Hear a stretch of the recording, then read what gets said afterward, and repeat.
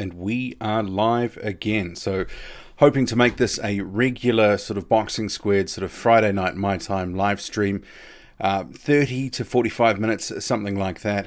This is the first one since last Friday, so my fourth in total. A few things to get through in this week's live stream, so I'll try to make it a little bit more structured. I've got a few topics that I wanted to discuss, and as always, drop comments, thoughts, different things that you'd also like to talk about as well. And I have got some questions from my patrons, some stuff. So I put a call out for questions, different things they wanted to see answered, and we will get to that as the video progresses. So I'll just wait for a few people to jump in the room here. And I'm aware that I want to keep things moving a little bit, just because when you listen back on the replay, obviously, if you didn't catch it live, it sounds very different. So we've got Theomis Lofi saying first. I can't actually see if so you're obviously here in the chat here, but I can't actually see anyone with any viewers here. So yeah, I don't know what's going on here. I'll just refresh things. It might come up showing something. Anyway, we will continue. We'll keep the show going. I'll start with a couple of Patreon questions first, actually, because there's a couple of things that I put a call out and a couple of interesting questions that sort of came in. Ungerworld had left a question. I'll get to a couple of different ones. We've got one from my patron, Ungerworld, who says, the bookmakers currently have AJ at an implied probability of 75% to beat Ruiz Jr. Is this right? Why? What does AJ need to do to win? And this is the thing with this rematch. It's sort of shades of the way people saw David Haye and Tony Bellew. And I'm not comparing the fighters in terms of the way that they fight or anything like that, but just the way that people saw that. And the first fight, Bellew comprehensively beats David Haye, obviously the injury to Haye, but people still backing Haye quite heavily in the rematch. And there is a bit of that here with this sort of fight as well. For me, it sort of comes down to a couple of different factors. Can Ruiz Jr. replicate some of what he was doing in the first fight? Can he improve on what he was doing? But how will Joshua box? Because if he goes in with the same sort of strategy, and if he does try to be overly aggressive, as we saw, he can get caught, he can get hurt, he can get dropped and ultimately taken out. So I would say if Joshua is going to win, he will have to sort of rely on his, advantages, the natural advantages, using that jab, making the most of his height and reach. And I think he probably has to do that. And even if it's a boring fight, ultimately he's got to do that to win. And Ruiz Jr. obviously doing much of the same as he did in the first fight. If he can get on the inside, cause some damage, and obviously work to the body, I think that's going to put him in good shape here. Okay, so I'm back to the chat now. The little technical issue seems to be sorted out, so I can see 30 of you there. Please hit the thumbs up if you can. So we've got John saying second, Adam Fahey, and he's live. Yes, I am. Left Hook Larry, hey ho. Mick, great channel. Eddie, BS, hey. So hello to everyone here.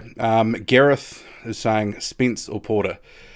Spence all day. I think they've tried to make this look competitive, and in some ways it is a competitive fight, but I do agree with Andre Ward that it's more of a 60-40 fight in favour of Spence. Thunder Forever, hey man, sup, and hey man, sup, back to you too. Ashley Everly says, don't know why everyone is slating Tyson Fury. He has to get up for his fights like we have seen in the past. And I'll come to that in a moment. So Tony says, greetings to you Boxing Squared, greetings to you too. Hello to Prophet. Fury is getting paid $20 million a fight. He can suck it up. Well, actually, he's not getting paid $20 million a fight. The whole $100 million, the sort of caveat with that was if he had certain fights, it could get to and exceed. And so, he has to, because he's, 2 fights down so far. I think he got paid roughly 11 or 12 million for each. So he needs to obviously have the Wilder fight and the Wilder rematch to really get him towards that $100 million mark. Spence Porter, yeah, definitely Spence, as I said. Canvasbed says, Saudi Arabia can have lots of rain in December, being the event is open air. Yeah, I'm not too familiar with the conditions in Saudi Arabia in terms of weather or what sort of impact that could have on the fight, but I'd assume that both these guys are going to go in there. They'll be warm heading into the ring. I mean, if the elements, if it's windy, a little bit cold, I mean, maybe that will, for a round or two, they might have to just work a little harder to keep warm. But I don't seeing weather being too much of a factor. So Hypes says, Boxing Squared, who wins Bernard Hopkins versus falling out of a ring? Falling out of a ring, I think. Luke says, AJ could stop Ruiz quicker than what Ruiz stopped him. Well, yeah, I mean, there's so many different possibilities for that fight. But I don't think that it's, just one-way traffic, that it's going to be a Joshua sort of rollover. It definitely is going to be a competitive fight. As we saw from the first one, Andy Ruiz Jr. is no joke. I'll get to a couple of topics before heading back to the chat. Obviously, we did see Fury vs. 1 in Las Vegas, September the 14th. That was an unexpectedly dramatic fight. And actually, for the better, because I was thinking about this week. It's been a bit of a wasteland the past sort of couple of months. Since that Joshua and Ruiz fight, really there hasn't been too many heavyweight fights. You can sort of think of the White and Rivas one. There was a couple of others, but nothing, there's been a long time between, different big fight nights. Sometimes 2 weeks to a decent card, 3 weeks to a decent card. It has been a little bit light on the made fights, the fights that we've been provided. And yeah, it's been unexpectedly slow compared to, say, this time last year, I should say, when it felt like we had something every week or every other week. And I think I counted, maybe there was 3 or 4 weeks during all of 2018 where there was some downtime in the heavyweight division. Generally you had something to look forward to in terms of a decent-ish fight every single week. And you think about this weekend, for example, there's no real big notable fights on. And we've had that sort of, maybe 2 weeks out of every month for the past 3 or 4 months. It really has been, I don't want to say a barren wasteland, but it's sort of something approaching that compared to what we have had in the past year or two.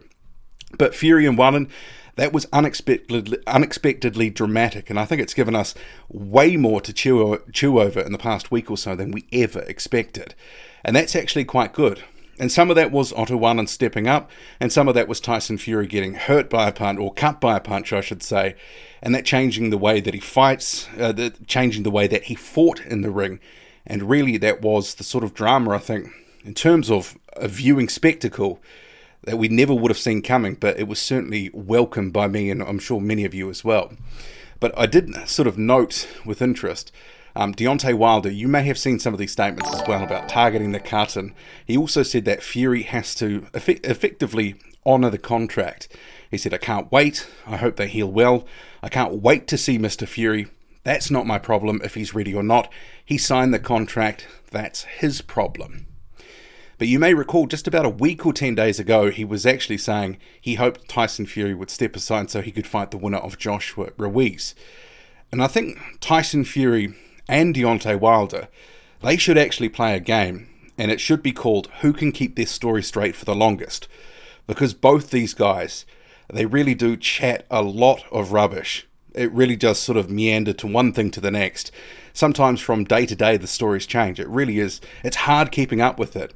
If you're following it closely, you can see the inconsistencies, but it makes it so hard for casual fans as well, because they hear some of these things, they take it as gospel, and then the stories change the next day. But yeah, it does sort of beg a belief how often they actually change what they're saying just week to week. And some of these things are the big things. Wilder saying, Fury, I hope he would step aside, and then saying he has to honour the contract. I mean, what is it? Anyway, I will get back to the chat, and then I will move on to a couple more Patreon questions. Where was I? It's about 100 comments in the chat here, so I'll just have to get back to where I was. So L-Dog says, I can't wait for Filip Hrgovic to destroy Daniel Dubois and F.A.R. Jagba.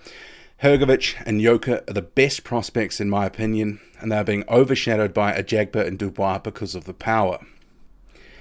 Yeah, some of that I think is partly true. Hrgovic didn't necessarily look, from some of his earlier fights to more recently, he is, in my view, falling in love with the power game too.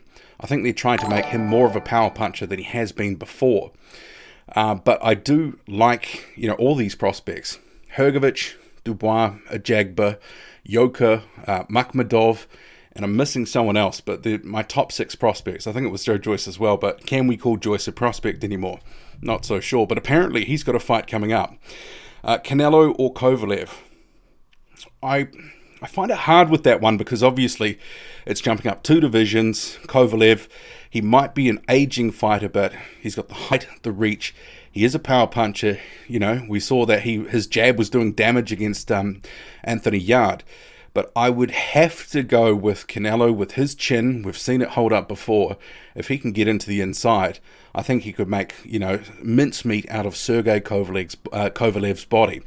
You saw in that fight with Yarde that pretty much one of the only times Yarde went to the body in the fight, it paid dividends, but he went away from it. So we've got Ben saying, good morning, thanks for the boxing talk, thanks for joining me here. Everyone who's here, thank you for joining me. So we'll just go down here. Andy Ruiz will be digging a bit deeper this fight. I think it's all going to be coming down to AJ fighting like a tall man. A wee bit boring, but it worked for JP. Jab and grab. The straight right on occasion. Yeah, Beyonder, I think that is what we're going to see. It'll be more of the strategy that was there for the Parker fight, where he will be looking to utilize his advantages and trying to stay out of danger as much as possible. Whether he can deal with the pressure, that's another question, because Andy Ruiz will probably be aware that there will be some reluctance, I think, by Anthony Joshua to trade with him as much, especially if there is an occasion where he's starting to have some success. I'm sure that Ruiz will be aware that Joshua is not going to just come, boring in like he did in that 3rd round in that first fight. So Ed says, great money for Fury. If Fury beats Wilder and AJ comes through Ruiz, would Eddie still say AJ is the A side? Well, I guess a lot of these things are dictated by how much money you can sort of generate. I mean, some of that just is reality. And I mean, I think there was a situation this week with Katie Taylor and her opponent. The opponent at 140 is the champion, and the champion can't get the rematch clause. And that was just the challenger A-siding them just because they're the bigger draw in terms of the profile, the crowd, selling tickets, all that sort of stuff. The in-ring stuff, if you're the champion or if you have more belts or whatever, sometimes it doesn't quite work that way. So Boxing Spectrum says, I see Joshua versus Ruiz end up like Margarita versus Cotto 1 in Ruiz's favour. I totally could see this being another fight that Andy Ruiz could win. I guess it really is how many adjustments can Joshua make? What is the game plan? Is there anything that they can sort of dig out of their back pocket that we're not expecting that could turn the tide in some of the rounds towards Anthony Joshua? Because I could see this being a case of it goes 12 and Joshua is looking for a decision. I mean, at the end of the day, winning is winning. So Feroz says, if AJ won, I think he wouldn't fight Deontay Wilder for Undisputed. Well, it's becoming a case of, with Undisputed, I mean, we've been talking about this for so long with Undisputed, it just feels like a complete joke now. We should have had that, a year ago. But, I guess that's by the by now. But I think it's with mandatories and that sort of stuff, even if they did fight, probably someone's getting stripped of a belt. So Fireman says, much respect, Boxing Squared. I always enjoy your video. Well, thank you for coming to the chat, enjoying the videos, for coming to the channel, full stop. Everyone who's here in the chat at the moment, thank you very much for supporting the channel, and I mean that. And thank you, Fireman, for the super chat. Much appreciated. So Eddie says, any Aussies in here? I'm sure there'll be a few. I mean, it's the sort of right time. I guess depending on where you're in Australia, it's 2 hours behind us, sort of Sydney, Melbourne type thing. It's 9:44 here in New Zealand, and I think 4 hours behind in Perth. That's where my sister lives.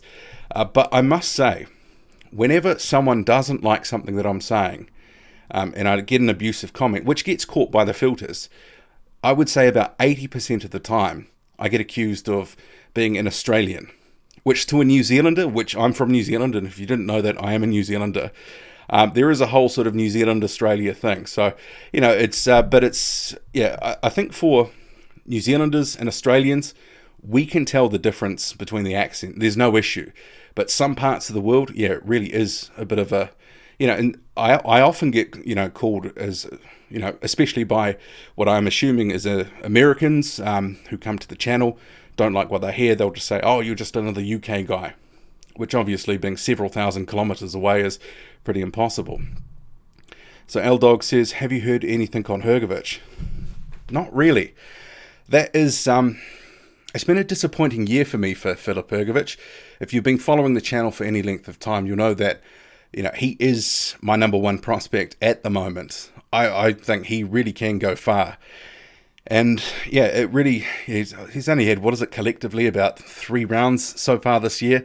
And the opponents maybe have been even a slight step back from some of what he had in 2018. I was expecting big things with his co-promotional deal with Matchroom. And I know as a boxing fan, sometimes it can be, frustrating. Things don't happen when you think they should, or, you expect them to happen. But I'm sure that partnership will potentially pay off, because obviously there's a big stable of Matchroom, at Matchroom, through Matchroom USA, and also obviously the guys that are the heavyweights in the UK. So Adam Fahey says, I've heard he might be out on the Monte Carlo card. Well, that would be good. That would be good, because I think he's been a little bit inactive, and I'd like to see him out at least once more in 2019. I'm falling behind in the chat here. It's getting woeful. So James says, who do you reckon AJ loses to? What do you reckon AJ loses to Andy Ruiz? Tyson loses to Deontay Wilder. Then AJ and Tyson finally fight to get back into contention. I mean, it's the heavyweight division. I mean, it's a brave man that could predict any results going, forward more than about 1.5 fights. It really is sort of a throw a bunch of coins up into the air and sort of predict what's going to land first. So Boxing Spectrum says Fury can heal from the outside quick, but from the inside it will take many months. Yeah, those cuts, they're nasty. I've seen so much speculation this week in chat regarding the cuts. Some people just so adamant that 2 months is going to be enough time for them to heal properly. Others, I think like me, are a little bit more sort of skeptical that, is that going to be... I mean, and it's not so much the one on the brow, which is obviously massively nasty and, in itself is a problem, but it's that one over the eyelid. That is such a delicate area, and... I think we've seen other fighters before, they've had cuts and they can be opened up again. So, yeah, I'm a little bit skeptical about whether that's going to heal up properly. But, it remains to be seen. So what I will do, I'll just get to a couple more before getting to a couple of other Patreon questions. Beyonder says, only one man's beaten Andy Ruiz, and it was far from comfortable, and it's not going to be easy for AJ no matter what. Completely agree with that. So L-Dog says, give your opinions. Thank you for the super chat, L-Dog. Much appreciated. Give your opinions on Hrgovic, Yoka, Dubois, and Ajagba. Who do you rate the highest? And who do you think will have the title first? Well, Hrgovic, my number one prospect at the moment, but it really is, I guess, a case of 1A, 1B, 1C with a couple of these guys at the moment. Daniel Dubois had a pretty big year, and we're going to see him in a week or so for competing for the Commonwealth title. He's going to absolutely wreck Ebenezer Tete. That is going to be nasty. He's going to get a brutal knockout. It's going to be one for the highlight reel.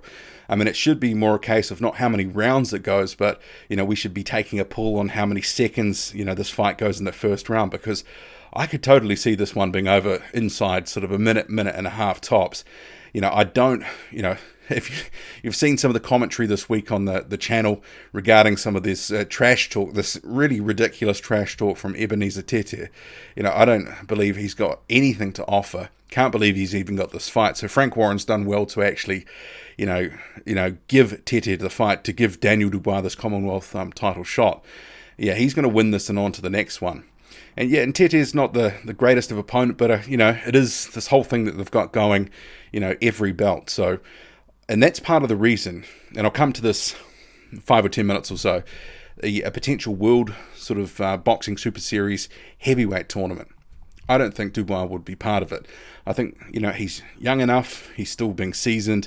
I think they're taking him in a slightly different direction than a few of these other prospects at the moment. They're going to take their time with him.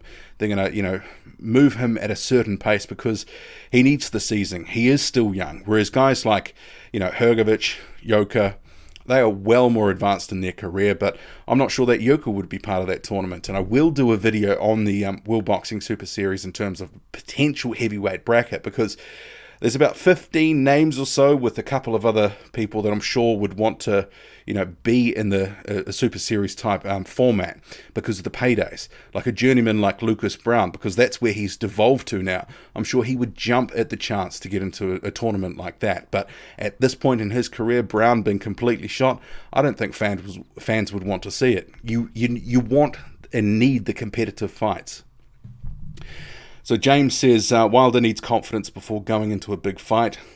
Well, when you think about it, he's only had one round of action this year. And there's been some speculation that maybe the Ortiz fight would fall over. But I think he needs that fight. He needs to have some more action ahead of a rematch with Tyson Fury, be it in February, March or April, or whenever in 2020.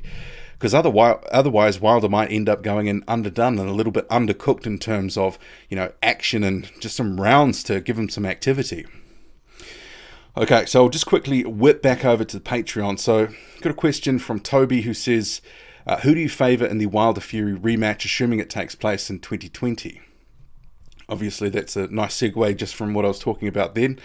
I think if Deontay Wilder has a rematch with Luis Ortiz, as expected on November 23rd, and if he comes through that, looks devastating, I think there will be a push, especially from fans, sort of getting behind Wilder in terms of his chances for the rematch with Tyson Fury. This whole thing with Fury having to really sort of knuckle down and get through this fight in a bit of an ugly manner because of the cut, and he changed the way that he fought.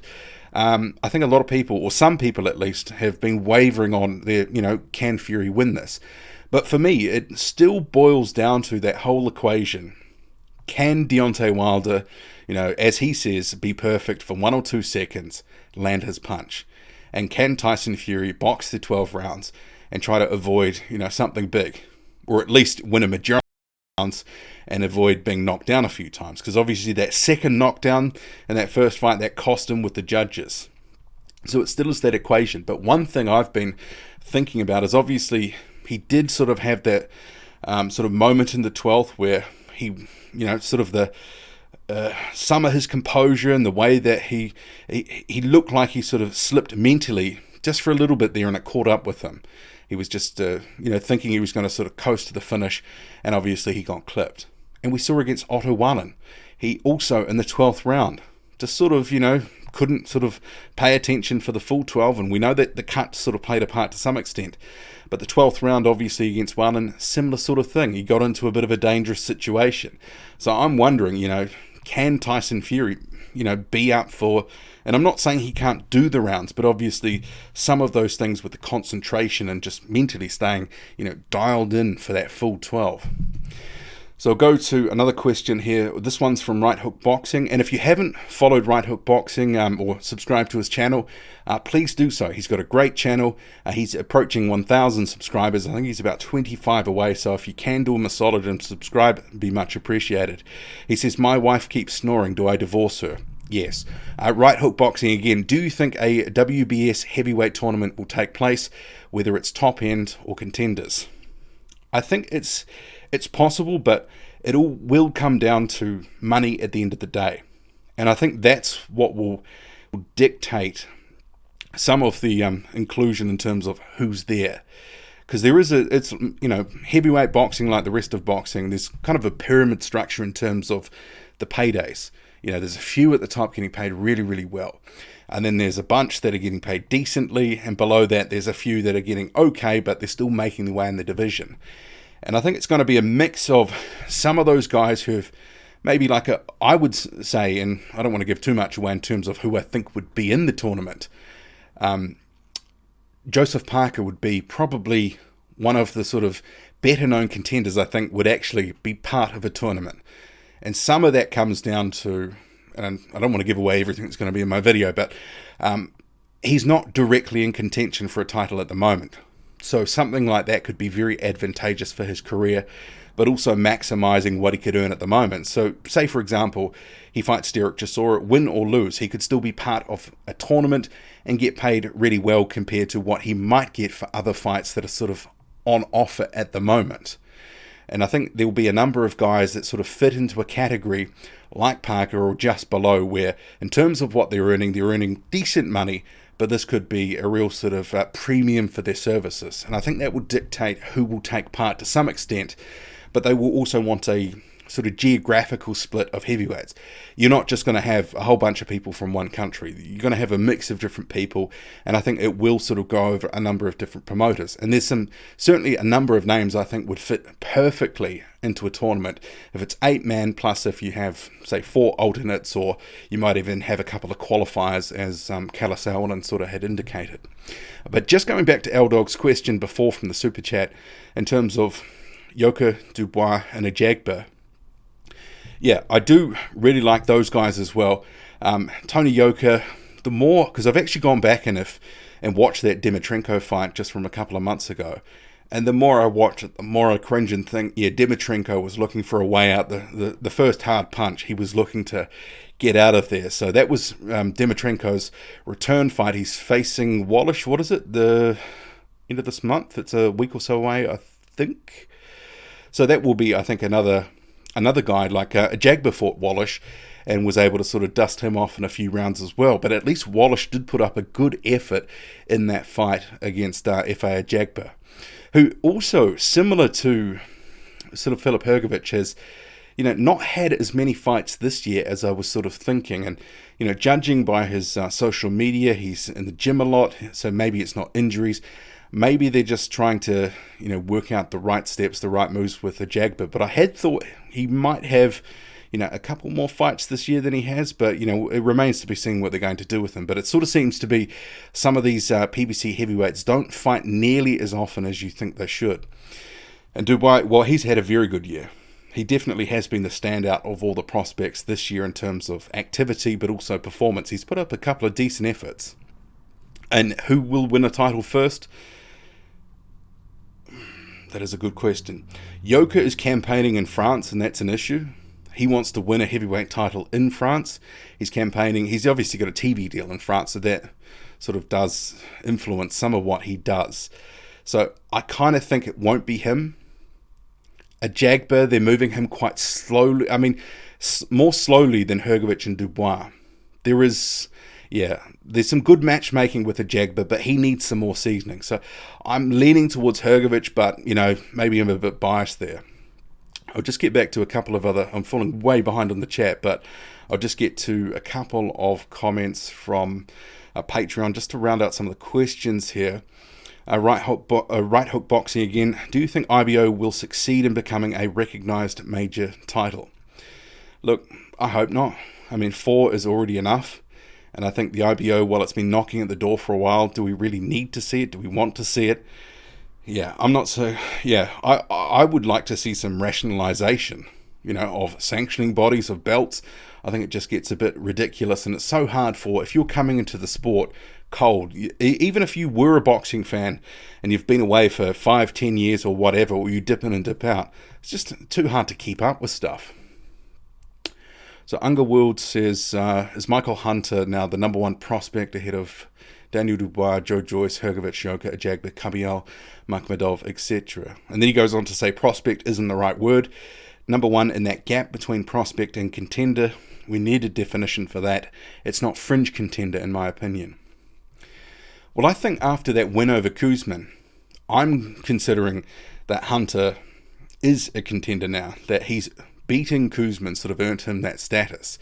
He was, in my view, to some extent a fringe contender, but I know what you mean in terms of the definitions, because, it's easy to sort of put prospect, fringe contender, F-R-I-N-G-E, not French contender, as a few people were confused in the past week or two, but fringe contender and contender.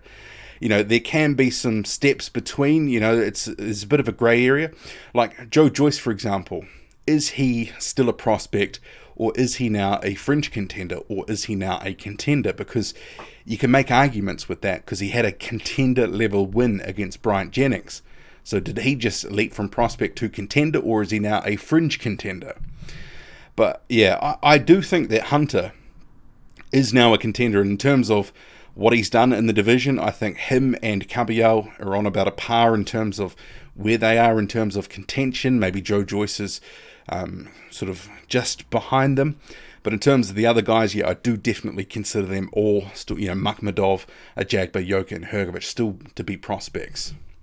But even Daniel Dubois, with some of what he's been doing, you can make a case that he's in that phase of sort of morphing from, straight out prospect to something else, which is approaching that fringe contender status.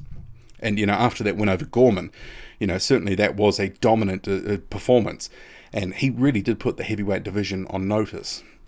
So I'll get to the final question from my Patreon patrons, also from Underworld Boxing. Who is your favourite heavyweight of all time and your favourite heavyweight fights from any era? Well, in terms of the how did I get into boxing, I did actually do a video on this. It must have been 18 months ago maybe, but the abridged version is basically growing up in the sort of 1980s as a kid. Mike Tyson sort of becomes this, phenom, and that, being here, even in New Zealand, he was just, huge. Everyone knew who he was. There was excitement around his fights. One of my uncles, very big into boxing, very big into Mike Tyson. So you always knew that one of his fights was coming up because you couldn't shut my uncle up. And in terms of the next couple of things that certainly stand out, ahead of the 1992 Barcelona Olympics, one of the boxing team, a guy called Trevor Shaler, he had an amateur record, something like, it was like 110 fights, 5 losses, something like that. He was pretty good. He came to the school, I must have been about 9 or 10 years old, something like that. And he gave a chat. And so that sort of piqued my interest as well. And then at the 1992 Olympics, David Tua went on a tear at the Olympics and ended up claiming a bronze medal.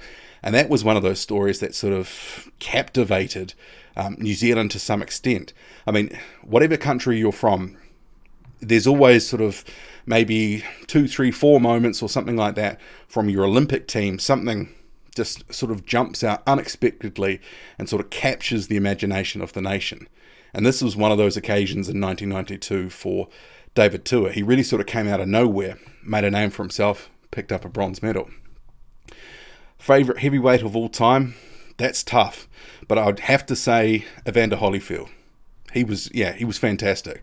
Not Holyfield so much of the later 2000s, but Holyfield from his cruiserweight days and obviously his heavyweight. He really did overachieve. Maybe there was a few things around performance-enhancing drugs that have been spoken about over time, but in terms of what he did, yeah, he was fantastic. And favourite heavyweight fights from any era? That's tough. I would have to think about that. There's just too many fights to choose from. But that wraps up the questions from Patreon, so I'll come back over to the chat. Geez, I've gone way behind here. So we've got 65 people in the chat here. Thank you for joining me here on this, what's going to be a sort of regular, hopefully most Fridays, 9:30 p.m. my time, which is, I think, about 10:30 in the morning in the UK, something like that. But daylight savings is ending here soon, so I think it'll be just a straight 12 hours. And it's going to be late wherever you are, if you're in, like America, Canada, that sort of a region. And if you're in Australia, obviously it's sort of afternoon, early evening for you. So I'll just come down through the chat just before I get to another topic that I had on my list here. So Underworld says AJ has to fight Ruiz like Lewis fought Tua, the only way he wins. Yeah, and that's sort of the way that I'm expecting that he will fight. There's that old saying that, the good big man will always beat the good little man. So, I mean, that is true to some extent. If he maximizes his advantages, he does put himself in position to win. And if you can rack up the rounds, see out the fight, winning's winning at the end of the day. So Sean says, if Ruiz loses to AJ, what are his next steps? I think a fight against Gassiev would be interesting. Yeah, I think Andy Ruiz Jr., to some extent, like Otto Warren, Warren after this performance against Fury, he's not going to find it hard to get potential suitors. And styles make fights, and there will be a number of guys in the heavyweight division that will think that they can, have a good scrap with Ruiz and beat him. And I think he won't sort of fall short of getting opportunities that are out there. But he is sort of tethered to the PBC at the moment. So if he loses to Joshua, there might be some in-house sort of fights. And one that would make sense, and one that's been talked about before, is him and Adam Kovnatsky. That could be a really good fight. Ruiz to win that one. So Luke says Canelo stops Crusher to the body rounds 8 or 9. Yeah, I could see that happening. I think eventually he will catch up with Kovalev. And Eddie says Kovalev, but boxing will give it to Canelo. Yeah, I think Kovalev is going to make it tough. He will try to, like we were just talking about for Ruiz and Joshua, he's going to make it difficult. He's going to maximize his advantages. And you saw the difference between that first fight with Elidia Alvarez and the second. When Alvarez sort of stuck to his knitting and got back more to the sort of amateur style and really was fighting, a more technical fight, how much harder it was for Alvarez to get in there and break him down and catch him. So the Celtic Magician says, hey man, hit that like button, guys. Yes, please, if you can. So Ben says, DLH wouldn't put Canelo in with Kovalev unless he was done. DLH, De La Hoya. Yeah, I mean, there is an argument to say Kovalev at 36 is sort of past his prime, but we have seen flashes that he's still, a decent light heavyweight. I still think he will give Canelo a good fight, but I agree with you to some extent. This is not Crusher from, 3 or 4 years ago when he was considered all but invincible. So Adam Fahey says that is the only way he wins Underworld, but doubt he can fight like that for 12. Oh, that's Joshua and Ruiz, and that's the thing. Joshua, can he sort of put up with the relentless pressure of Andy Ruiz Jr.? Because we will end up seeing that. Ruiz will keep coming. And he can slip punches, he can throw punches in bunches. He can make it difficult for Anthony Joshua. And if Joshua is fighting a rear guard action, it's going to be hard to keep up. It might sap his energy. It's going to be a tough sort of, he's going to have to stand and trade in, different spots in that fight. But if he's smart, certainly he can make the most of his advantages. But it's boxing after all. If they come in with a good strategy, one of them performs better than the other, because it's not just about styles make fights. Performances make fights. So Miroslav says, I can't read that. Was that Croatian? Underworld says, Luke, if Triple G jab troubled Canelo, what makes you think he gets past Kovalev's jab? Well, that is a good jab from Kovalev, and I do think he is going to make it tough. But, I think the pressure of Canelo, I think that could catch up with him in those later rounds. And I think that prediction of rounds 8 or 9, it's not going to be some Rocky Fielding walkover. I mean, that was a joke. It's going to be a lot tougher for him to overcome that jab. May not happen those first few rounds, and Canelo may eat some leather, but I do think he is going to have spots of success and gradually wear Kovalev down. So as Todd says, Inoue versus Donaire is one of the best fights coming up. Inoue is a terrific fighter. He certainly is, and I guess, if he wins the World Boxing Super Series for his weight, what next for him? I'm way behind in the chat here, so I'm just going to have to catch up here. The cut on Fury's left eye can be a blessing in disguise. We'll have to work on his defense and change his style. See, I don't necessarily think he has to change his style or work on his defense. He's already a very good defensive fighter. I mean, we have to consider that with that fight with Deontay Wilder, it's probably going to be a bit different to the fight with Otto Warren. Different styles. Warren being a southpaw, it gives Fury different things, different angles to work with, and, sort of try to counter different things that Deontay Wilder's going to show. And I think we've seen through his most recent fights, Deontay Wilder is a very low volume fighter. He will take some of his, take a bit of time, especially against a more dangerous opponent. We're not talking about Stavern where he's just going to walk forward and try and blast him out. But, against Luis Ortiz, Gerald Washington, even Fury to some extent, more cautious, giving, himself some time to work out what his opponent is doing before trying to land some of his own work. I mean, I'd be shocked if he comes out like a bull out of a gate, but he's not really the same sort of fighter as Otto Warren, so I'm not sure he necessarily has to do too much differently, but obviously not having a cut is going to help. And I know Deontay Wilder says he's going to be targeting that cut, and it'd be good if he could actually use his jab, try to actually work on that cut, because I think that's one of the punches sometimes we don't see enough from Deontay Wilder is a good jab. And he does have a good jab when he wants to use it, but he sort of got into that routine of really just trying to, load up the right hand and let it go. And if he can sort of do some of the things that Warren did, although they're different fighters, different styles, but you saw what sort of dividends working to the body had for Otto Warren. He was able to get Fury's attention, and ultimately he was able to come upstairs with a few decent punches. And he, obviously opened up a couple of cuts in that third round. I think working the body is going to be something, and I'll talk about this and videos down the line or whatever, that he should be doing. Fantasy matchup, Prime Hay versus Prime Povetkin. Who wins? I want to go with Alexander Povetkin, just because I think, actually it's very tough. It's kind of very similar type styles, in some respects. That sort of sniping, sort of leap in with a left hook, or, that's a tough one. Actually, that's a 50-50, I think. L-Dog says, okay, he's talking to someone else there. L-Dog says, I think Joshua ain't with us for too much longer. Well, I guess it depends on a couple of things.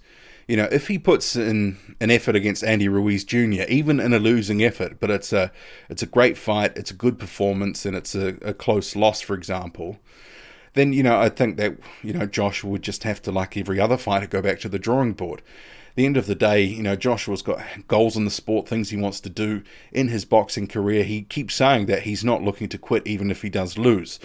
But if he did completely get blown out, maybe that would change his, sort of thinking on the matter. But I do expect he is going to come dialed in, and I think this is going to be a really interesting and intriguing fight. Certainly a fight I think many of us are looking forward to. No matter, who you support in terms of either guy, it's going to be a great fight. So WP says, hey man, love your boxing videos, but have to ask, who do you have to win the Rugby World Cup? Well, that's an easy question. New Zealand. L-Dog says, oh God, I just clicked on the thing and went about 40 questions down. Where did I get to? Just going to have to get back here.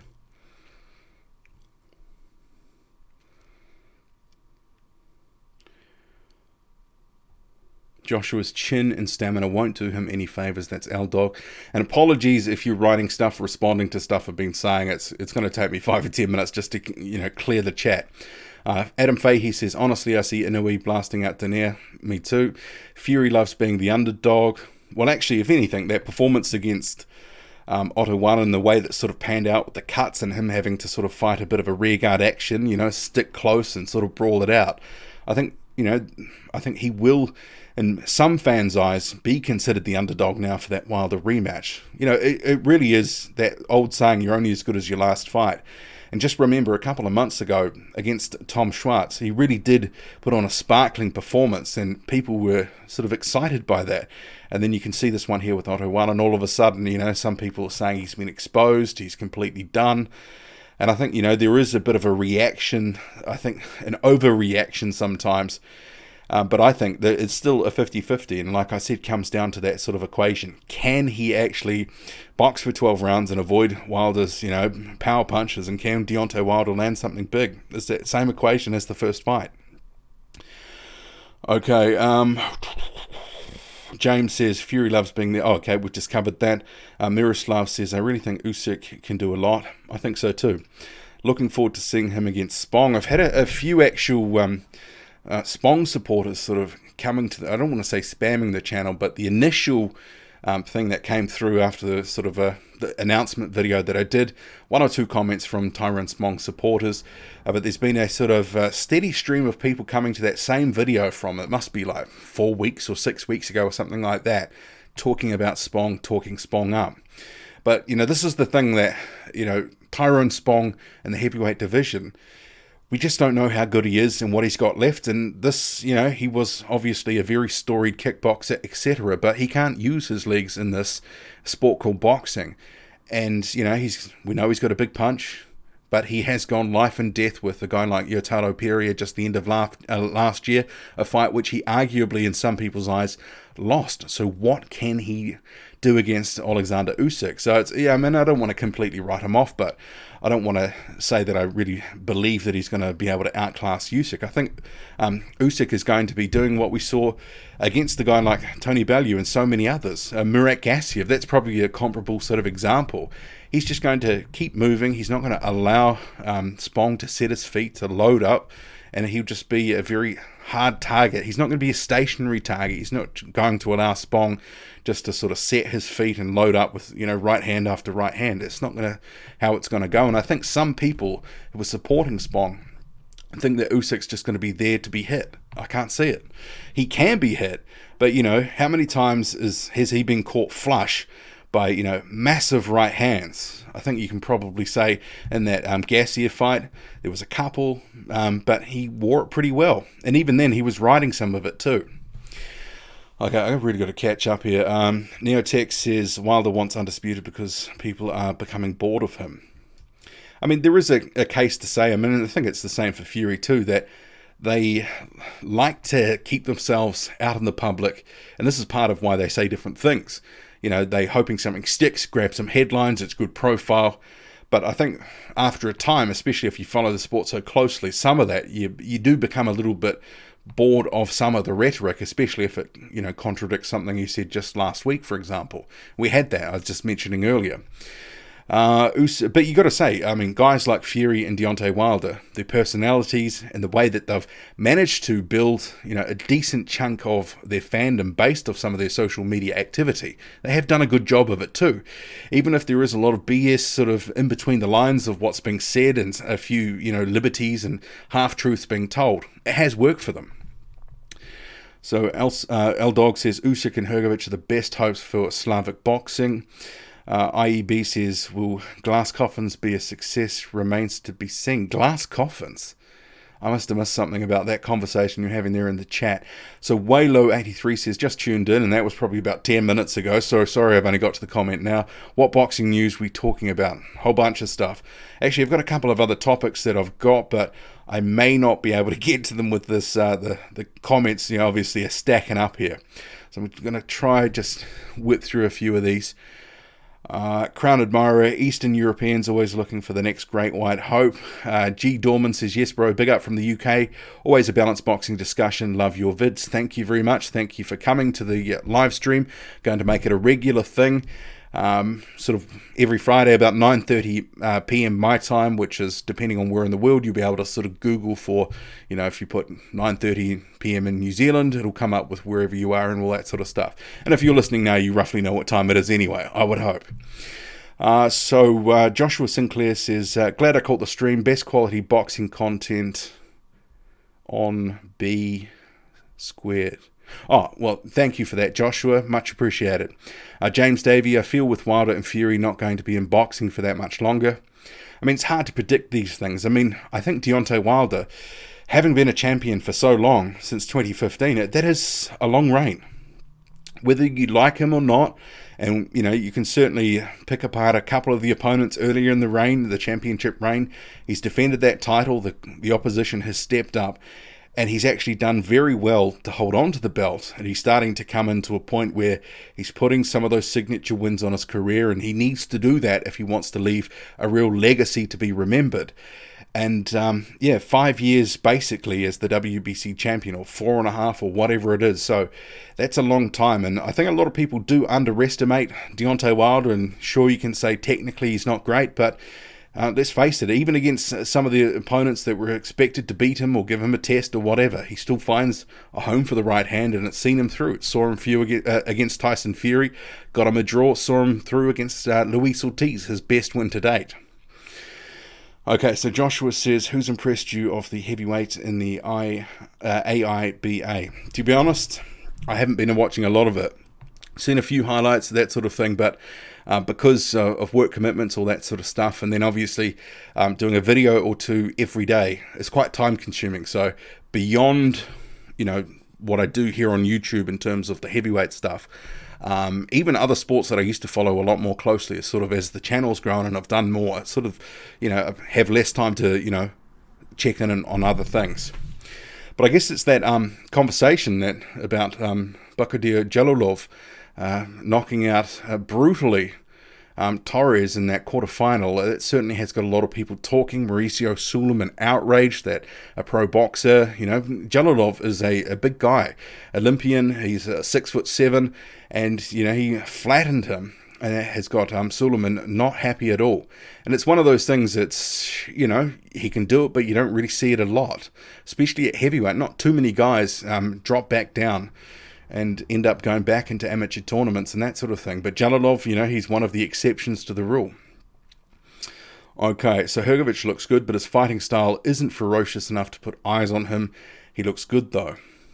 Depends who he's facing. I mean, we saw against Gregory Corbin. That was a pretty good knockout first round. And Corbin went 8 tough rounds with Charles Martin, and he was taken out pretty easily enough in 60 seconds by Hrgovic. Joshua says, the Aussie guy looks like a good prospect. Which one? The guy that was fighting on the Jeff Horn card the other week, or Dempsey McKean? I think he's fighting this weekend, actually. You've got Miroslav. Okay, that's conversation. Wilder rematch could be a bloodbath. Wilder will reopen that cut. Could certainly happen. I'm just going to have a drink here. It was 50 minutes of non-stop chat without a something to lubricate the mouth and whatnot. Okay, where am I? I'll try to catch on this chat and I'll try to wrap it up. We're already 50 minutes into it. I was thinking about 30 to 45, but sorry about that.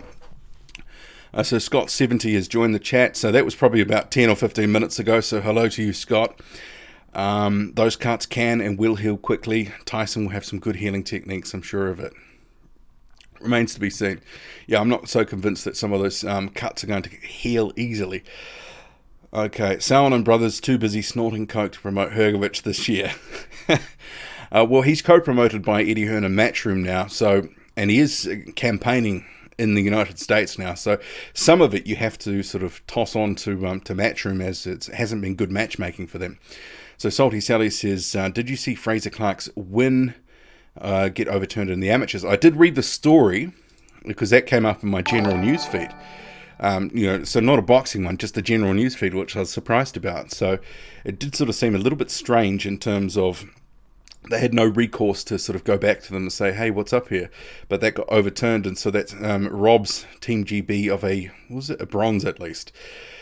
Can Parker stop Chisora? No, I'm picking decision. I think this will be another. I mean, this seems to be all this stuff every time Joseph Parker fights. They're always talking about the knockout. They're always talking about him working on power and other bits and pieces. But, there comes a point where he just kind of is what he is. At a certain level, against a guy with a certain chin, sure, he can get a knockout.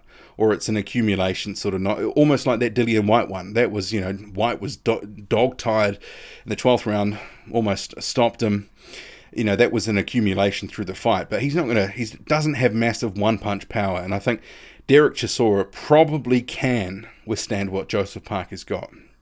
I think some of his punches are nowhere near as withering as some of Dillian White's in terms of those one-punch, sort of snap punches.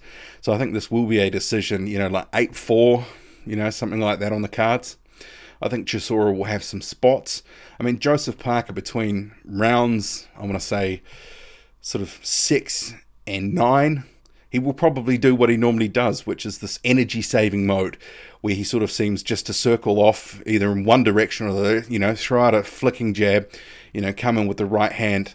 So I could see, some of those rounds going to Derek Chisora, but I do think Parker will start as he normally does, looking pretty good, looking pretty slick. I think he'll probably rack up the first few rounds just in terms of, behind the jab, a couple of punches, maybe a little bit of body work. But I think he has to, not sort of fall into Chisora's trap. I mean, Chisora will want him on the ropes. He'll want him up close working off his chest. He'll absorb some punishment. He'll let Parker sort of, punch himself out a little bit. If he can sort of let Parker punch get 2 or 3 in, but he can sort of rip in a body shot and an uppercut, he'll take the punishment to get away his own work. Okay, the page just jumped like quite a bit, so I've just missed through a whole bunch of comments, so I'm just going to have to pick it up somewhere. Okay, so Right Hook Boxing, hello. We're just talking about your wife before and her snoring. Totally get that divorce, mate. And Salty Sally says, yep, I agree, so she's obviously seconding my motion for the divorce there. L-Dog says, Underworld, or even Pianetta, okay, missed that. Parker versus Wilder, who wins? I would think Parker would. If he could last, I mean, it's that whole equation. I mean, we've seen Joseph Parker down now, on the canvas. He can be hit, he can be hurt. He's got a good chin, but, you can't just eat, some of those right hands by Deontay Wilder. But also someone with the granite chin, I mean, we've seen it before. I mean, and there's this fallacy that Deontay Wilder has put everyone down that he's ever fought. And that's not true. I mean, if you can tell me what round Johan Dorper was dropped to the canvas, please let me know. But, you know, if you are tough and durable, you can last with Deontay Wilder, and he has to go beyond just, you know, detonating a right hand, and he's got to go to other things in his toolbox. It'd be an interesting fight, but I just don't think it... I mean, it could have happened, but they didn't have it because there wasn't enough money in that fight. Neither side was happy with the deal, so they didn't make it. And this leads some ridiculous fanboys to go on either side and basically say that one ducked the other. But it was a mutual thing. They couldn't get the deal done and not enough money in it. But it would have been interesting. And I'm sure Wilder would have actually enjoyed that. Okay, so where are we now? This is going to have to go down. Whole bunch of comments I've missed here, so sorry about that. I believe Wilder beats AJ. AJ beats Fury. Fury beats Wilder. Okay, that's a massive triangle. I'm not going to weigh in on this one. By the way, best channel out there for boxing news. Thank you, Fabian. The Kissim, perfect for me and Bangkok. Chair Squared, quality live as always. Thank you, Jonathan. Heavy D, if Ruiz loses, then he should target Wilder. I guess it depends what's his value after he loses. I'm sure he won't find it hard to get a fight, but is Andy Ruiz Jr. a big ticket seller? Historically, no. You know, sometimes once you lose the belt, you don't have nearly as much value. Some fighters intrinsically always have a following, and I think Anthony Joshua to some extent will always be one of those sort of fighters. He'll be a popular guy, he's got a following, but someone like Andy Ruiz Jr., I mean, before that fight with Anthony Joshua, I mean, you may recall that Alexander Dimitrenko fight, you know, it was outside, mid-card, you know, there was no one in the stands watching at that point. Stream for me is jumpy, must be all my neighbours streaming Rugby World Cup. Sorry, young. Not sure what to tell you here. Jumpy here too, says Scott. Okay. My internet's pretty good, so I'm not sure if that's a YouTube thing with the... Because I'm going through Streamlabs OBS, which is going to... or coordinating with YouTube. Whatever happens with the integration there. So... Shem Rays Latif says, I think Ruiz got lucky. Well, we're going to find out on December 7th, because if he puts up another really good effort, even if it's in a losing effort, I think people will be more willing to give Ruiz the credit that he deserves for getting the job done in that first fight. Heavy D says, stream just went back about 2 minutes. Okay, I'm not sure what happened there. Do you enjoy Tyne Booth's craziness? Yeah, I've watched a lot of his videos, but you know, I guess it comes down to we get the same things over and over with some of the saying. So, yeah, I do enjoy the videos, but I haven't been watching them nearly as much lately. But, yeah, quality channel, and it's something different. Boxing news sort of delivered in a different way. Or it's not even really boxing news. It's kind of boxing related, but not necessarily news, I should say. Okay, I'm just going to scroll down here. So we've got Joshua Sinclair saying Justice Hooney in the IABA. Yeah, oh, thank you for the super chat there. I saw some of those highlights, and they were on a couple of the different New Zealand news sites. He does look one to watch. He's got really good movement. He looks like a very powerful character, and yeah, he looks like he could go quite far. And I guess, you know, some of it's going to come down to different factors about who's going to, you know, pick him up. Is he going to be sort of, when he does turn pro, I mean, is that going to be in a couple of years? He's obviously at the moment probably working towards the Olympics, or, I mean, there's so many factors. Some of these guys look so good when they're young. Sometimes it's the opposition. I mean, there's so, you know, just the whole factors with life, you know, who's looking after them, guiding them. You know, so many things can, you know, it's on a knife edge. So Checkmate Boxing says AJ is slow, no defense, weak chin, no head movement, and no stamina. He was exposed the first time he stepped out of the UK bubble. Okay. We fought a lot of good fighters in the UK that weren't from the UK. I think this whole thing about saying AJ was exposed, I mean, it's a fight. Styles make fights. Game plans make fights. Performances make fights. Ruiz Jr. took advantage of Joshua coming in for the kill, caught him with a good shot that he never recovered from. I mean, if Joshua could have that moment back, he would change it, but he can't. Very good performance by Andy Ruiz Jr. And the fact that you say he was exposed also kind of takes away from Andy Ruiz Jr.'s win. I mean, you're trying to take credit away from Ruiz. Is that the outcome that you're looking for? Because I think you have to give the credit to Ruiz. It's a very good win on his record, because if you're saying he was exposed and he's no good, then how can we give Ruiz any credit? Some of these arguments I just don't agree with. So Toby says, great news, you're doing regular live streams. Looking to do once a week, maybe 3 times out of every month. There might be the odd Friday I'll miss, that sort of stuff. Wilder's best win aside from Ortiz. Probably the first Tyrone fight. There was a lot of doubt about Deontay Wilder ahead of that. What would he be able to do? I mean, even after that, a lot of doubt. But he showed he could go 12, he could box, and, he comfortably outboxed Tyrone. I mean, Tyrone, the second fight, he was a husk of a husk at that point. But in 2015, when Deontay Wilder fought him, it was a good win for Wilder. So Fury is using Wilder for his retirement plan. Wilder will retire Fury next fight. Well, I think in part Wilder is using Fury for his retirement plan too, because they're both getting well paid there. Right Hook Boxing, got to catch up later, mate. Enjoyed it. Thanks, Right Hook Boxing. And if you haven't been to his channel, do subscribe. He's fast approaching 1,000 subscribers. He deserves it. Great channel. Who is FA fighting next, says Robert. Not sure. Would have liked to have seen him a little bit more active with a fight already sort of scheduled. But yeah, we'll have to see. Hopefully he is in the ring at least once more in 2019. Who should Wallin fight next? Well, that's the good thing for Dimitri Salita. He's sort of not tied to anyone. He can work with, Matchroom. He can get his fighter on a, DAZN card. He can work with PBC through Showtime, as he has previously. Wallin has been on some Showtime cards when he fought Nick Kisner. So, I mean, he's got some options in terms of what he wants to do. He could even work with Top Rank as well. Obviously, the relationship, having that fight with ESPN and Top Rank, maybe he could set up something like Ajit Caballal. Ajit Caballal and Otto Wallin were meant to face off for the EBU title. That's still a fight I would like to see. Hi, where is Zhili Zhang? Well, I mean, it's kind of like, where's Wally? Where in the world is Zhili Zhang? What is he actually doing? This year he's just drifted off the map, and, he's, 36 now? He's really not doing, he's going nowhere fast. Okay, why are we being left in the dark about the White situation? It's been way too long without any information. Your guess is as good as mine. We've heard there's some sort of hearing in October. Silence, it never sort of satisfies us as fans who thirst for information, especially as hardcore boxing fans.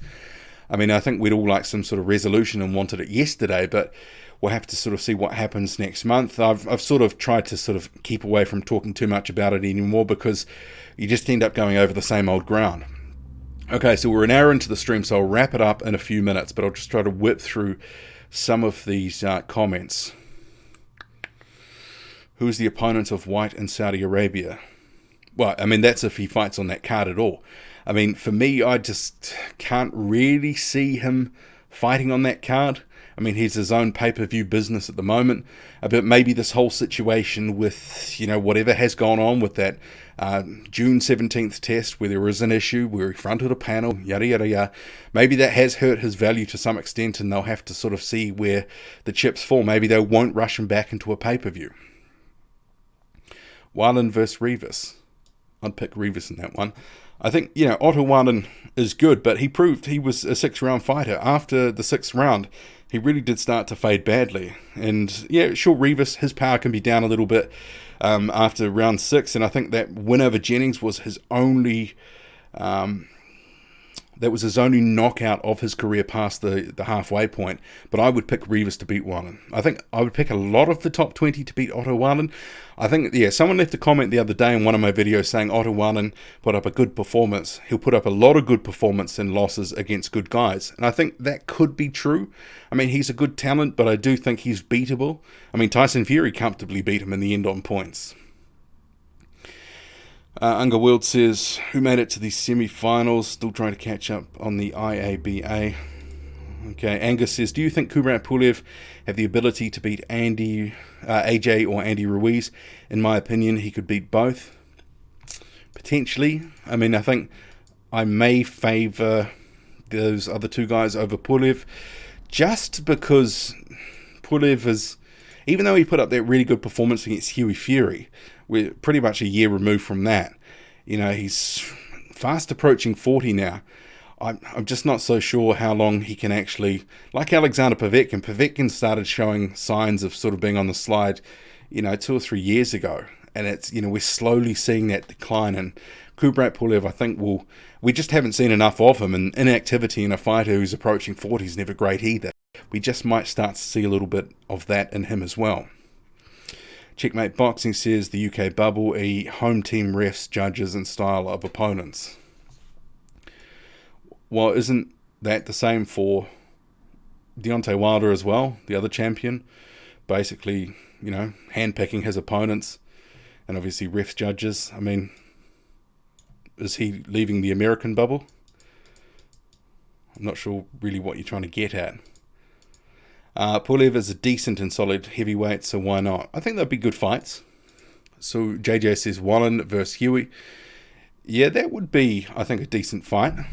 I think Hughie Fury would fancy his chances of landing a couple of right hands on Wallen. I actually saw a comment the other day. I think it might have been, I can't remember, was it Adam Fahey who actually left this in the chat, that basically said Michael Hunter is what Hughie Fury wants to be but can't be. And I sort of thought, yeah, that is the way he's trying to fight, but he just can't nail it. Joshua Sinclair says, Underworld, also, do you know why the Ukraine... Okay, that's going back to the... There is talk about Hunter versus Povetkin fight. What do you think of that? I would back Michael Hunter at this point. Boxing Squared, who would win White versus Ortiz? It's a pretty even fight. I mean, it's the sort of thing with, a lot of these heavyweights, they're flawed fighters. I mean, Ortiz, even at 40 years old or 41, whatever he is now, that different style and the left hand when it lands, that's very tricky. You imagine Luis Ortiz had been fighting Tyson Fury last week. If he had have opened up a cut the same way, he probably would have finished off Fury, because if Fury could only sort of see with one eye, Ortiz wouldn't have let him off the hook. So Checkmate Boxing, he's back for another comment here. AJ was exposed for what I always said he was. He'll beat fighters that he is bigger and stronger, but he will lose to a fighter with speed, power, defense, and skill. I think all of these top fighters are flawed. I mean, Fury, Deontay Wilder, Joshua, even Ruiz. I mean, Ruiz wasn't... I mean, there's that whole narrative about, he was robbed in New Zealand. But if you go back and watch that fight, it was a very close fight. He didn't dominate that fight. I mean, that's why it was such a close decision. But all these top heavyweights, and I think this is one of the good things about the heavyweight division at the moment, there's a lot of flawed fighters, and you could see a lot of guys beating a lot of other guys. So just because fighter A beats fighter B doesn't mean that fighter B will beat fighter C. I mean, these sorts of things, I think there's a lot of guys, if we got some of the fights that we really wanted, instead of having fights that were forced upon us, we might have seen some real classic heavyweight fights. But instead, especially with the heavyweight division, it's all A-siding and, hurry up and wait, and all of a sudden a year goes by, you get fights that you didn't want. But yeah, I think all of these guys are flawed to some extent. We're going to see some of these guys lose. Deontay Wilder is going to lose at some point. Tyson Fury is going to lose at some point. And maybe that will be the better for the heavyweight division when they do, because once the O is gone, and they sort of go, okay, I'm just going to put into this big fight. I'm just going to, I'm going to get this made. A side goes out the window. If the decent splits, everyone's happy, everyone gets paid. Maybe we can see what some of the so-called golden age that we were hoping for.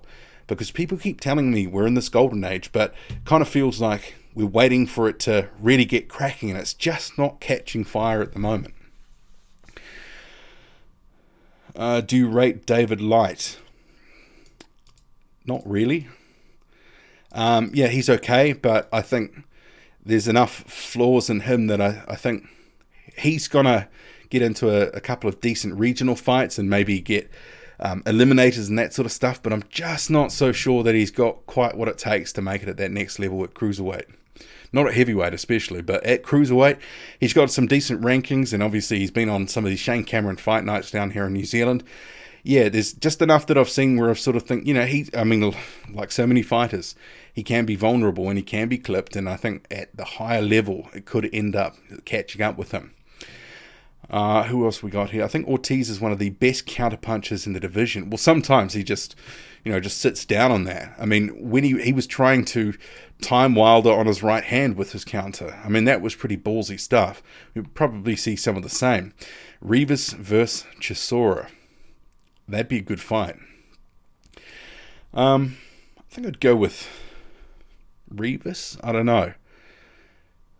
Maybe Chisora. It's sort of hard to say because I could sort of see what Ruiz might try to do in that fight, and also Chisora. Chisora is probably going to let him sort of bust away on his body and, unload his hands and, try to tire him out, a la as he did to Carlos Takam. Saw Zhanlong Zhang for the first time last week. He met Tyson Fury. I saw that video. I mean, what's going on with him? These Chinese fighters are just not fighting. The Dragon King, when was the last time? He was meant to be fighting in Australia early this year. It just never happened. And I did get in touch with the promoter at the time, and apparently it was because of a visa issue. So we've got another. I was disappointed by Kuzma's performance. What do you think will be next for him? Yeah, I was really disappointed with him. And some of the signals have been there for a little while too. I mean, you think back to that Joey DeWeco fight. That was not a good performance either. And it was just a continuation. He looked, certainly... And this is the thing with Sergey Kuzma. He turns up to the weigh-in and you think, oh yeah, he looks in decent condition. But then you see him the next day and he looks like he's put on about 20 pounds. I just can't ever work it out with him. He looks like he's got a flat stomach at the weigh-in, and then, it's sort of rolling over, sort of muffin topping over his shorts, his trunks in the fight. I'm not sure what's next for him, but he definitely needs to be in better condition. I think, 258, that was his heaviest for some time. Against a guy like Hunter, who was always going to be sniping in and out, using movement. Coming in heavy, I didn't think was the right answer. What's next for him, though? I don't know. I mean, sort of paid, I think, if he'd have put in a good performance and got the win over Hunter, it would have set up a logical fight with Alexander Povetkin, a passing of the torch type fight. It's probably never going to happen now. I mean, I'm not sure. I mean, I saw a post from Kuzma on social media where he was talking about a couple of different bits and pieces. It didn't go his way, and he'll be back and that. And it didn't sort of really feel like the hunger was there. I don't know. I'm just not sure what happens next. I think against some of these guys that are slightly lower tier, closer to, top 30, top 50, something like that, he'll be able to sort of do what he did against Michael Hunter and knock some of these guys out. But against a mover, not sure. Underwood says David Light has potential, but only Australasian level at the moment. Yeah, that's kind of where I see it at the moment. I'm just not quite sure he can make it sort of above that sort of regional level. I mean, there's a couple of guys that I've seen on recent cards on some of the Shane Cameron fight nights, and I've just thought, just not quite sure. Where are we? Other than Usyk, Gassiev and Hunter, which cruiserweights do you think could go up and trouble the top 10, 20 guys? I mean, we've seen a whole bunch of them some of them come up and down, like Maurice Breedis and Marco Hook, that sort of stuff. I mean, I think you'll continue to see guys who are coming up for one or two fights, depending on matchups and that sort of thing. But some of these guys are, they've really got to make a commitment. But the money's up at heavyweight at the moment. I mean, there's a few, like, I think, Dorticos, he could come up. He could be in some good fights. Okay, so Checkmate Boxing is back again. You're totally missing my points. Did you not see the ref and judging in AJ Parker, AJ Takam, AJ Povetkin, White Parker? If you don't see the horrible ref and judging, nothing I can tell you. Okay. FGC says Tyson Fury versus Dillian White. Who wins? Well, I want to say Tyson Fury, but which version of Tyson Fury shows up? The sparring stories about White working the body. I mean, I think, we saw Otto Warren was able to get to Tyson Fury's body easily enough early on, well ahead of the cuts. Has Fraser Clarke been beaten? Oh, well, he got that win, but then he was overturned on a decision. The Russians appealed or something. Apparently, from the story I read, this is earlier today or yesterday, because the appeal's been upheld, there's nothing that they can do now. So Watcher says, you've got great content, love the content. What did you think of Fury's performance against Warren? I thought it was pretty bad. I sort of the other view, I thought it was actually okay. Given the cuts and he adapted in the ring, I thought to get through on, one eye, it was actually a decent effort, especially when, that cut could have ended the fight at any moment. So to get through and dominate the most of the rest of the fight, I thought he actually showed a lot of heart and determination. Wasn't the sort of, I think he had to adapt his style and change it up. He stayed close to one, but, he couldn't do that with Deontay Wilder, but it'd be a very different fight. Different styles, Warren and Wilder don't fight the same way. Orthodox and southpaw, there's different things that Fury would be dealing with in a Deontay Wilder fight compared to an Otto Warren, where he didn't mind taking a few shots from Warren by the look of it, especially when he had the cuts. But he didn't seem to be nearly as troubled. If there was a big puncher in there, I think Fury probably would have, either the fight would have ended because he would have been knocked out, or he would have fought differently, being wary of the opponent's power if he was cut. So if that had been Ortiz, I don't think he would have been doing some of what he was doing with Otto Warren. Where are we? I have Jalilov in the top 10 prospects in the pros. Yeah, he's a good prospect. I really didn't pay attention on Hunter after the loss to Usyk and Cruiserweight, but he is legit, good movement. Great show, Boxing Squared. Perfect timing if you live in Thailand. Sets me up nicely for my Friday night out in the town. Look forward to the next one. Thank you for joining me, the Kissim. We've got Deontay Wilder is the only one never flawed because of the opposition or because of his chin. Now, he's been down on the canvas before, earlier in his career. Not at the championship level, but earlier in his career. Fraser Clarke won his quarterfinal over overturned decision, so he's out. Akoli. Yeah, I can't say I like seeing Akoli fighting after so many of those. I mean, he's a talent, but he just smothers his work and has these dreadful performances. There's no home team advantage for Americans versus non-Americans. The world's best always fight in America. Well, if you think that there's no advantage for Americans in America, I don't know what to tell you. Unger World Olympics will be lit for heavyweights, and then they'll turn pro. Some good days ahead. There's a lot of good heavyweights coming through, especially through that sort of Eastern European bloc.